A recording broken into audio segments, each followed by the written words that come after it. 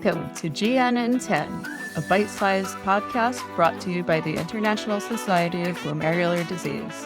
Our hosts are nephrologists and glomerular disease experts, Dr. Kenar of Northwell Health and Hofstra University on Long Island, New York, and Dr. Koyal Jain from the University of North Carolina, Chapel Hill. Welcome, everybody. GNN10. This is Koyal Jain from UNC, and I have Kenar from Hofstra as well. And then we have a very special guest today. And I was just going to say that we have Dr. Carla Nester here.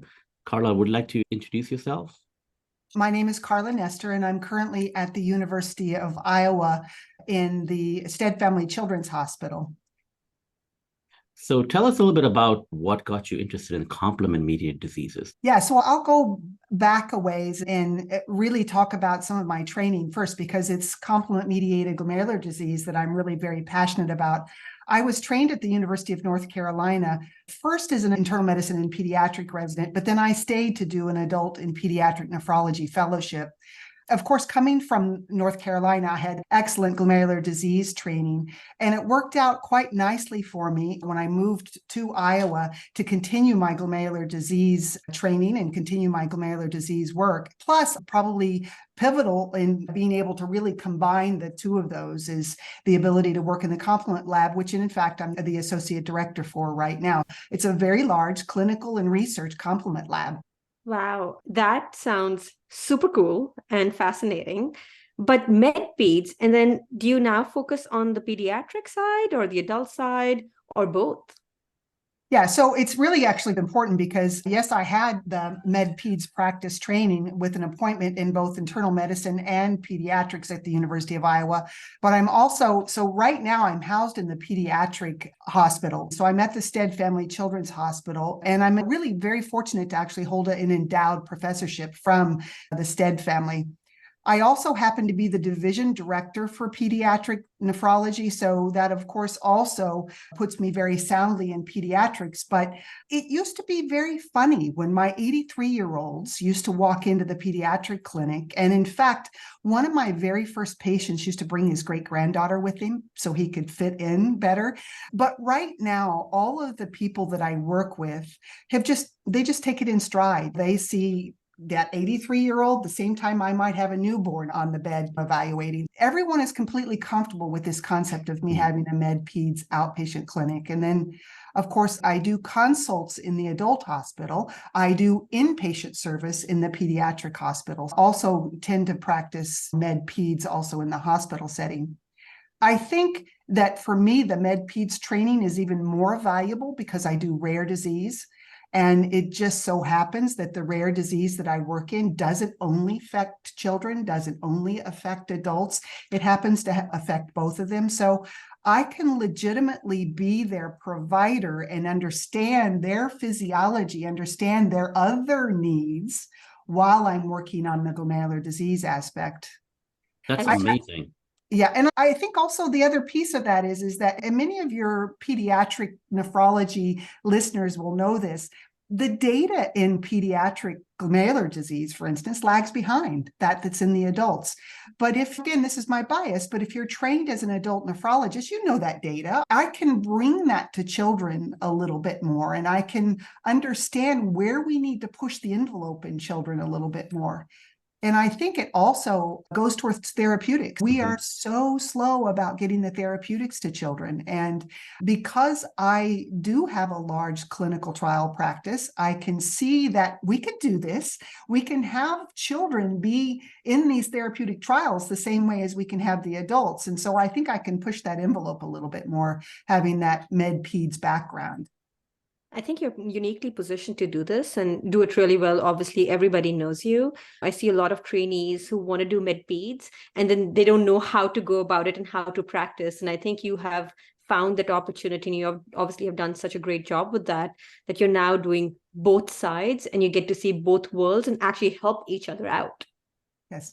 I think that's true. And of course, I have bias, but I think the value of med peds is I think your differentials are broader. You're a little bit more comfortable about thinking about heart failure in your 4-year-old, or maybe membranous in your 10-year-old, which that doesn't happen in 10-year-olds. You're much more comfortable, I think, that about that broader differential. And I think that, again, with the idea of therapeutics, if I'm comfortable using a complement inhibitor in an adult, I know exactly what my adverse events are going to be, or I suspect I know what they're going to be. And I know when I can push people into thinking about doing that sort of thing in children. So let me ask a loaded question.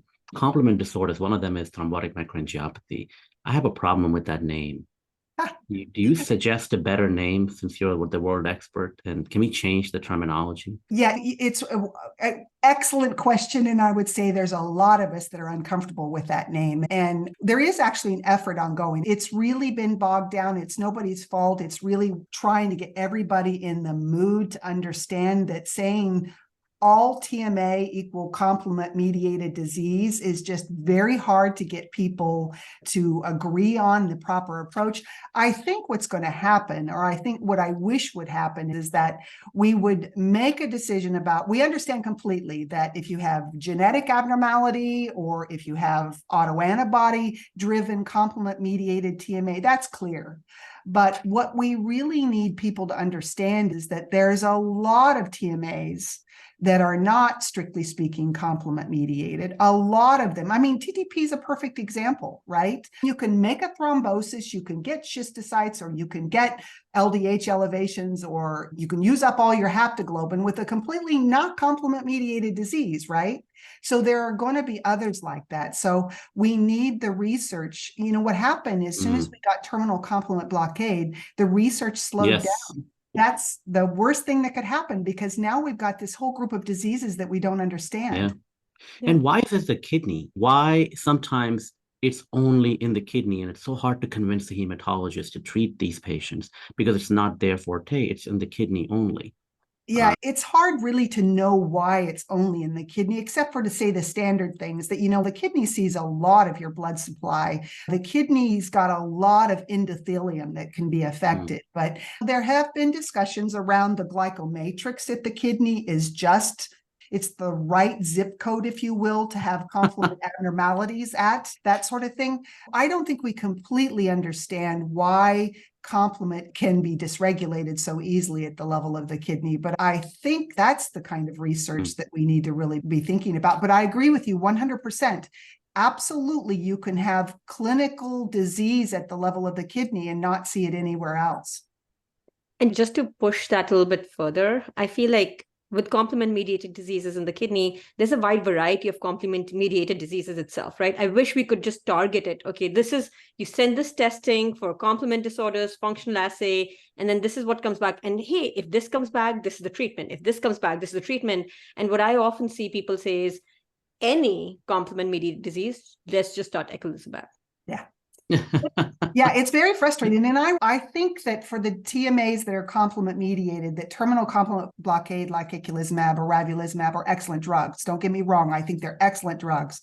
But what you've said to me is really loaded with a lot of other issues, because not all complement mediated TMA is terminal complement mediated, right? Correct. It's one size fits all for all of us right now in our complement thinking. And that's not where we're going to be 5 years from now. We're going to understand that there are terminal problems, there are alternative pathway problems, and there are classical pathway problems.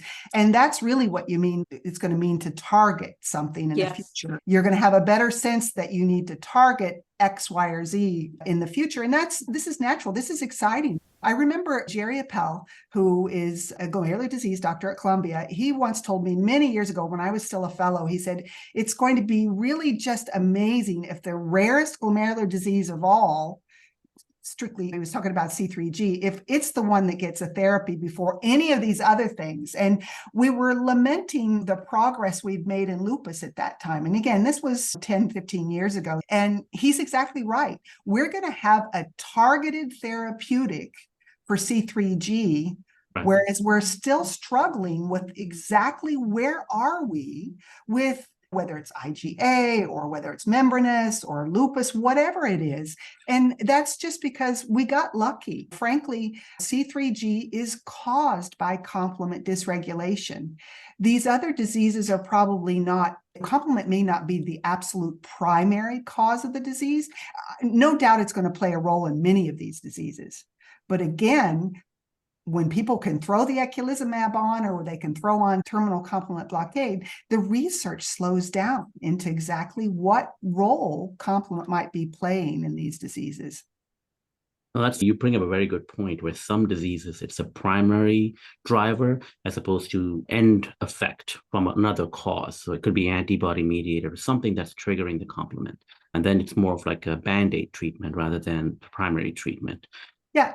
It's more in the supportive region, if you will. And again, I often in my head think about some of the glomerular diseases as being very inflammatory, for instance, lots of cellular influx into the glomerulus, et cetera. It's entirely possible that the diseases that are more inflammatory in nature may respond very well to complement blockade, whether it's direct complement pathway blockade or whether it's anaphylotoxin blockade. They may, ANCA is the newest, right? Having responded quite well to a C5a receptor blocker. That sort of concept is going to sort out better for us in these coming years, I think. Once we get these complement inhibitors out there, and once we reinvigorate people to study the complement system in their chosen disease, I think we're going to have a few more of these answers. Which oral complement agent do you think will replace eculizumab? You don't have to answer that. Yeah, no, because I don't actually, I'm going to answer it because I don't know for sure. And I already mentioned that I think that for a true complement mediated TMA, again, the genetic forms, the autoantibody driven forms, et cetera, I think the terminal pathway is going to be a great place. People are certainly going to be looking for oral agents. I don't know if it's going to be okay to block the alternative pathway and still get good blockade, complete cessation of the TMA. I don't know yet, but we will also, I hope, know that within the next couple of years. So this is the exciting world of complement-mediated diseases, with which I'm going to ask you, what is your favorite glomerular disease? And it cannot be C3G or complement-mediated. Yeah, it has to be C3G, of course. Yeah, I think, gosh, let me think about this for a minute. I don't think you have that much time. Yeah, because of course I was going to say C3G. It better be ANCA. You Do came want from a multiple UNC. choice? Yeah, in fact, I have to tell you a story of how I ended up in complement-mediated disease from ANCA, because of course I spent 4 years studying ANCA. And then in my 4th year, you might remember this, or this might be an urban legend locally, I don't know, but Charles Jeanette knocked out factor B in his MPO ANCA model, right? So this happened when I was a senior fellow. And so now all of a sudden I have to reckon in my head, no, wait a minute, this is posse immune. How could it have such an important innate immune connection? Because when they knocked out complement factor B in his usual MPO ANCA vasculitis model, the disease was completely ameliorated. Maybe not completely, but it was much improved by knocking out complement factor B. So I had that background when I was a senior fellow. And then when I came to Iowa, I was on the internal medicine service and I biopsied a young lady who had really RPGN essentially. And my pathologist called me. He said, I don't know what this is. There's just a whole bunch of C3 deposited. It's not DDD. I can tell from the EM it's not DDD, but man, is there C3 everywhere. I graduated in June. I had this patient in August, and then the French group published their report about isolated C3 deposits as being a new entity. And so basically my career was born with that sort of sequence of events. I was suddenly in this world of what is this, all this C3 deposition, and having already begun my understanding of complement and then moved to Iowa to be in a complement lab. It just all fell together right then. So I still have to say that C3G is probably my favorite glomerular disease, but I grew up as an ANCA-trained glomerular disease person. That makes me so happy that your journey included ANCA. I love all the ANCA vascular disease, but we'll stick with C3G for now. So you bring up a very good distinction of primary glomerular diseases that are C3 mediated or complement mediated like C3G and maybe some TMAs. But you can see now there are companies trying to get complement inhibitors in the IgA world, the membranous world, the lupus world. Do you see that as a primary treatment for these disorders, or maybe more of a secondary, adding agents to already immunosuppressed patients? Yeah, my personal view of this, and again, I don't spend time doing a lot of research in those other glomerular diseases. Practically all of my research is in the C3G world still. I would say that none of them are going to be like C3G is, or even like TMA is. The true complement-mediated TMA really is complement-mediated, and C3G really is complement-mediated. But I think there's going to be a spectrum. I think that you probably know that there's been lots of suggestion that the lectin pathway is playing a role, for instance, in IgA. It's entirely possible that the classical pathway is playing a role, for instance, in membranous. Again, to a degree, it makes sense because during these glomerular diseases, there's lots of immune activity, and the complement system is incredibly integral to the immune system. So it does make sense that there may in fact be complement playing a role in a lot of these, but I think you're going to see it on a spectrum. You're going to see from C3G, maybe all the way down to minimal change disease, for instance, and then everywhere in between, there is going to be some combination. So it's legitimate to think about these drugs in this setting. It is going to take a really good understanding of what outcome you want first, but then also a ballpark idea of what your target is. Is your target inflammation, or is your target blockade of the alternative pathway, et cetera? You're going to have to think about all those pieces before you can design a really good trial or a really good understanding of whether it works or not. I will throw one thing out there that has made me more comfortable. We've been in the clinical trials in complement we did our first testing in 2007, but I would say we've soundly been in the complement trial world since 2018 or 19. And we've discovered that the safety is much better than we thought it was. We used to worry about overwhelming infection, people turning green, whatever it was, whatever our suspicion was. We thought about lots of things could potentially happen if you block the alternative pathway because it is so important. But generally, in a well-vaccinated, monitored patient, these agents are going to be safer than we ever thought they were going to be back in 2018, 2019. I think that gives you some leeway to test it in diseases where you may not know exactly where the target is. I think it gives you some leeway knowing that it's perhaps a little bit safer than what we originally thought that they would be. Okay, I have a controversial question, and we can decide what to do with it. And I might give you a few seconds to think about it. But I often send the genetic panel, the functional assay, we send it for complement testing, and it is not cheap. It is expensive. And you can't send it from the hospital because the hospital says that it has to be covered by the insurance, which it doesn't get covered oftentimes. And so it has to be sent by the clinic. Lots of complicated process, but oftentimes patients can't afford it. What do we do? And it takes a year to come back. Yeah, it's a great question. And of course, what would help you more than anything is for me to be able to say to you, you have to have this test because it's going to change what you're going to do for the patient. And I will admit completely that some of that data is missing yet. We don't know completely what the connection is between the biomarkers and the patient's outcome, or the genetics and the patient's outcome. I think it's clear for me in pre-transplant patients that if you've got a patient with what you thought was complement-mediated TMA going into transplant, you have to understand what you're dealing with. You need to know what the risks for recurrence are.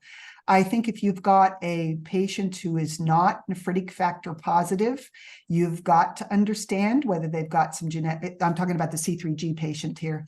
You've got to understand whether they have a genetic abnormality, because again, the risk for losing your kidney in those two settings is huge. So you have to have a better understanding of it. That doesn't answer your question about cost. And frankly, there are even states that won't allow you.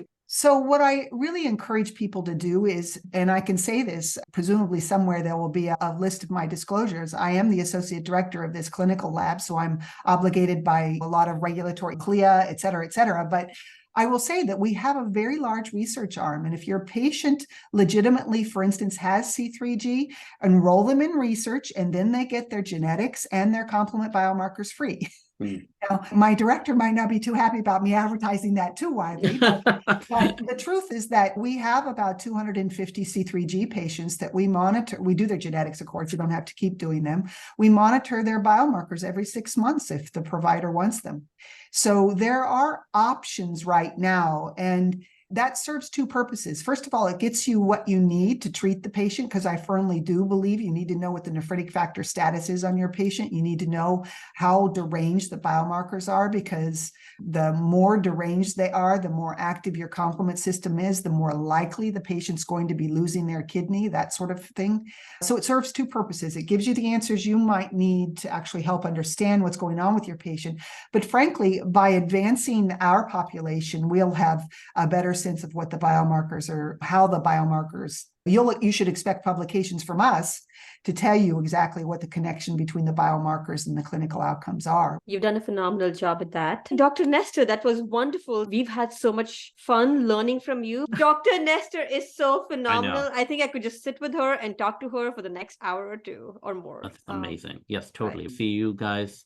We're signing off on GN in 10. Bye-bye. This has been GN in 10 from the International Society of Glomerular Disease. You can listen and subscribe wherever podcasts are found, and tweet at us at ISGD Tweets. Thank you for joining us. And Kenar, I did remember you this time. Hold on just a moment, please. I love that this is not recorded. This is just recorded. This is not Yeah, live. and- This is No. I apologize about that, because there's a huge sign on my door saying that I'm in a session. It doesn't make any difference. People just No, walk I in and walk in It does anyway. not make. No, this is all good. And just You need one of those on-air lights.